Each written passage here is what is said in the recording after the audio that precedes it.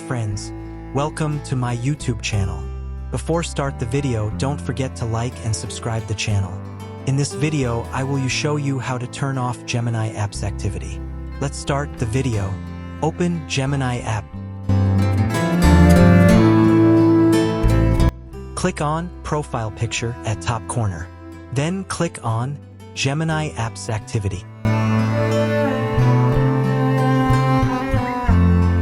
You see two options.